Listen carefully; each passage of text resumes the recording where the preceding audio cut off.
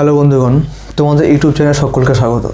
जो non Bengali viewers है उन लोगों को स्वागत है। चैनल आप लोग हैं যারা এই চ্যানেলে প্রথমবার আসছো তারা এই চ্যানেলটি সাবস্ক্রাইব করে পাশে থেকো, কারণ আমি এই চ্যানেলে সমস্ত রকম এডুকেশনাল আপডেট এবং টিচিং ওরিয়েন্টেড যে এক্সামসগুলো হয় পশ্চিমবঙ্গ এবং আদার স্টেটসের পিএসসি ওরিয়েন্টেড বা আদার্স এনবিএস কেভিএস আমি আপডেট, এলিজিবিলিটি ক্রাইটেরিয়া এবং ইংলিশ লিটারেচার যে সিলেবাসটা নিয়ে আমি ডিসকাস করে থাকি, পড়িয়ে থাকি। এবার আসা যাক মেন টপিকে। আজকের যে কেস আপডেট যেগুলো উঠে এসছে সেগুলো সবাই জানো, আমি দু একটা শর্টসে দিয়েছিলাম আপডেটগুলো। কিন্তু কথা হচ্ছে যে একটা জিনিস আমার কাছে খুব হতাশাজনক মনে হয়েছে আমার পার্সোনালি। কোনো নেগেটিভ বার্তা আমি দিচ্ছি না, আমার পার্সোনালি খুব জিনিসটা ভালো লাগেনি। সেটা হচ্ছে আজকের মামলায় যেটা আমি ভিডিও দিয়েছি, তোমরা দেখেছো যে রেশিওর যে ব্যাপারটা ওইটা আজকে একটা হিয়ারিং হয়েছে। রেশিও যেটা মেনটেন যেটা করেনি সাবজেক্ট ওয়াইজ, এটা সবাই আমরা জানি যে সাবজেক্ট ওয়াইজ রেশিও মেনটেন হয়নি। বেশ কতগুলো সাবজেক্টে তো 1:1:6 মেনটেন হয়নি। তো অমৃতা সিনহা ম্যাডাম ওই 4 সপ্তাহ টাইম দিয়েছে যে রেশিও কি মেনটেন হয়েছে সেই ব্যাপারে টোটাল একটা প্রফর্মা দেওয়ার জন্য। এটা একটা গেল। সেকেন্ড পয়েন্ট হচ্ছে যে 10 নম্বর যেটা সবথেকে বার্নিং একটা কেস, যার জন্য পুরো জিনিসটা কতটা টানাপোড়েন বা টালবাহানা চলছে, সেই জিনিসটা আজকে হাইকোর্টে আমি যেটা দেখলাম লাইভে, যে খুব ক্যাজুয়াল পয়েন্ট অফ ভিউ থেকে দেখা হলো। খুবই ক্যাজুয়াল পয়েন্ট অফ ভিউ থেকে জিনিসটাকে দেখা হয়েছে, মানে খুব নন সিরিয়াস ওয়েতে আমি যেটা দেখলাম। হয়তো শর্টসে বোধহয় আপলোডও করেছি। এই জিনিসটা আমার কাছে হতাশাজনক মনে হচ্ছে, এটা আমি মানতে পারিনি বা পারছি না। যেহেতু একটা জিনিস যেটার ভার্ডিক্ট দেওয়ার জন্য জাস্টিস যিনি আছেন সিনহা ম্যাডাম, উনি এক মাস সময় নিলেন।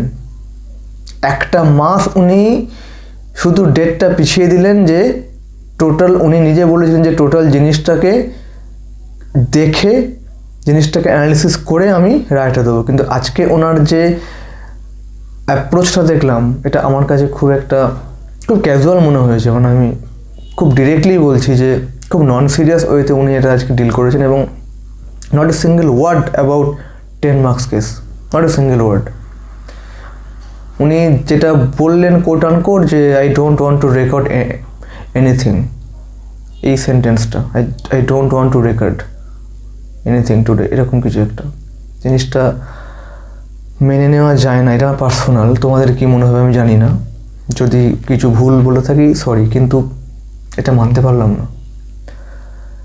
তো আমার কয়েকদিন ধরেই মনে হয়েছিল জিনিসটা, এবং আমি খুব সম্ভবত গতকাল এবং তার আগের ভিডিওতে আমি কিন্তু এবং গতকাল খুব স্ট্রংলি বলেছিলাম, কিছু একটা সেন্স আমার কাজ করছিল যে এই 10 নম্বরের ব্যাপারটা না, আমি তো বলেইছিলাম যে ভার্ডিক্ট দেবে না, চান্স খুব কম, হয়তো হিয়ারিং হতে পারে, কিন্তু হিয়ারিংটা হলো না, not a single word regarding this case 10 marks case. তো এখন যেটা বুঝতে পারছি যে 10 নম্বর ব্যাপারটা ক্যান্সেলেশন হওয়া, এটা ওই দিকে আর যাচ্ছে না, জল ওই দিকে গড়াচ্ছে না। খুব রিয়েলিটি, মানে একদম রিয়েলিস্টিক ওয়েতেই বলছি, যেটা রিয়েলিটি যেটা রিয়েল সেটাই বলছি, যে 10 নম্বরের ব্যাপারটা যে ক্যান্সেলেশন হবে ওই দিকে যাচ্ছে না কেসটার, হয়তো যাবে না। বাস্তবের মতো করে তুলে ধরাই ভালো, কোনো মিথ্যে গল্প দিয়ে লাভ নেই তোমাদের কাছে এই ক্যামেরার সামনে বসে। সেই জন্যই বলছি যে 10 নম্বর যে মামলাটা না, এটা খুব একটা পজিটিভ ফিডব্যাক যে পেতে পারি। এখন প্রবলেম নিয়ে ভাবলে তো হবে না, সলিউশনটাকে বের করতে হবে, এবং সলিউশনটা একটাই, যেটা আমি গতকালকে বলেছিলাম, বেশ কয়েকটা ভিডিওতে বলেছিলাম, যে 10 নম্বর যদি ওরা পেয়ে যায় ঠিক আছে, ভালো কথা, কোনো আপত্তি নেই, কিন্তু প্যানেলটাকে সেপারেট করা হোক। আর এছাড়া কোনো রাস্তা দেখতে পাচ্ছি না আমি, শুধু প্যানেলটা আলাদা করে দেওয়া হোক। 16 যেহেতু আলাদা সিট, ওদের প্যানেলটা ওদের মতো করে করা হোক। আর 25-এর জন্য যে হিউজ সিটটা রয়েছে সেই প্যানেলটা আলাদা করে ইন্টারভিউ লিস্ট তৈরি করা হোক 60-এর বেসিসে, 60 এবং একাডেমিক 70-এর বেসিসে। এছাড়া আর কোনো রাস্তা নেই, কারণ সিট বৃদ্ধি করা এটা একটা পয়েন্ট, ভ্যালিড পয়েন্ট, সিট বৃদ্ধি করতে হবে। আর যারা ফ্রেশার্স, যারা 25-এর ক্যান্ডিডেট, তাদের জন্য 70-এর মধ্যে ইন্টারভিউ লিস্ট বের করা হোক। এই দুটো পয়েন্ট। 10 নম্বর ব্যাপারটা না, আমি যেটুকু আজকে দেখলাম, মানে যেটুকু আমি দেখলাম রিয়েলিটি শো যেটা হলো কোর্টে, তো সেই রিয়েলিটি শোর উপর বেস করে বলছি যে এটা আর কিছু হবে না। কারণ খুব ক্যাজুয়াল কথাগুলো, মানে জাস্টিস ম্যাডাম খুব ক্যাজুয়াল একটা ব্যাপার, এরকম একটা মনে হলো। তাহলে 1 মাস সময়টা উনি কেন নিয়েছিলেন? আমার প্রশ্ন এটা, যে 1 মাস সময়টা উনি কেন নিয়েছিলেন? তাহলে ওই দিনে উনি বলে দিতে পারতেন না যে এক্সপিরিয়েন্সটা আজকে যেটা বললেন, যে এটা 9-10 এক্সপিরিয়েন্স 11-12 যাচ্ছে, 11-12 9-10 আসছে, আমি এই ব্যাপারে আজকে কিছু রেকর্ড করতে চাইছি না, উনি বলেছেন। এটা উনি আগেই বলতে পারতেন। এতটা 1 মাস ধরে এইভাবে কি দরকার ছিল? এটা আমার ছোটো মাথা, তো আমার মাথায় ঢোকেনি, এটা আজকে ঢুকলো না। যে 1 মাস পরে যদি এই কথাটা বলার জন্য 1 মাস সময় লাগে, বন্ধুগণ আমার জানা নেই এটা কি হতে পারে। এই কথাটা বলার জন্য যদি 1 মাস সময় লাগতে পারে, এটা কি অ্যানালিসিস বলে, এটা কি বলে আমি জানি না। কারণ বিচার ব্যবস্থার উপরে মিনিমাম যে আস্থা মানুষের আস্তে আস্তে উঠে যাবে, আর থাকবে না খুব সম্ভবত।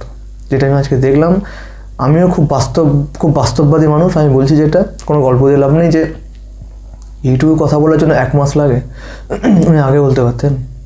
1 মাস ধরে এইভাবে যাকে 10 নম্বরের কেসটা মনে হয় না বাদ যাবে বা ক্যান্সেলেশন হবে, এর কোনো হবে না। তো রাস্তা একটাই, ঠিক আছে ভাই তোমরা 10 নম্বর দাও, যারা ইন সার্ভিস তাদেরকে দাও, যারা ফ্রেশার্স তাদেরকে ডিসিভ করো না, বঞ্চিত করো না, প্যানেলটাকে আলাদা করো, 70-এর মধ্যে বের করো, কাট অফ দেখাও, ইন্টারভিউ নাও, রিলিস্ট হোক, ব্যাস এইটুকুনি, আর কিছু বলে লাভ নেই। কারণ আজকের পর আমি কি বলবো, এরপরে আর কিছু বলার রাস্তা ওপেন নেই। 10 নম্বর কেস কী হবে, কিছু হবে বলে মনে হয় না, আর যা হবে সেটা ফেভারে যাবে না। ওই ওরকম একটা জিনিস তৈরি হবে, লিটিগেশনটা হবে, আর কিছু হবে না, ফাইনালি কিছু হবে না। এই মুহূর্তে সিট বৃদ্ধি করা হোক, আর ওই আমাদের প্যানেলটা আলাদা করা হোক, তাহলেই হলো, যারা ফ্রেশার্স বঞ্চিত না করে। এইটুকুনি কথা। আর আমার ডেসক্রিপশন বক্সে আমি আমার টেলিগ্রাম গ্রুপ লিঙ্ক এবং হোয়াটসঅ্যাপ চ্যানেল লিঙ্ক দিয়ে রাখছি। ওখানে আমি কিছু আপডেট কোর্টের কিছু কেস ওরিয়েন্টেড থাকলে আমি দিয়ে থাকি, অ্যাড হয়ে যায়। ওকে, ভালো থেকো, দেখা যাক কী হয়।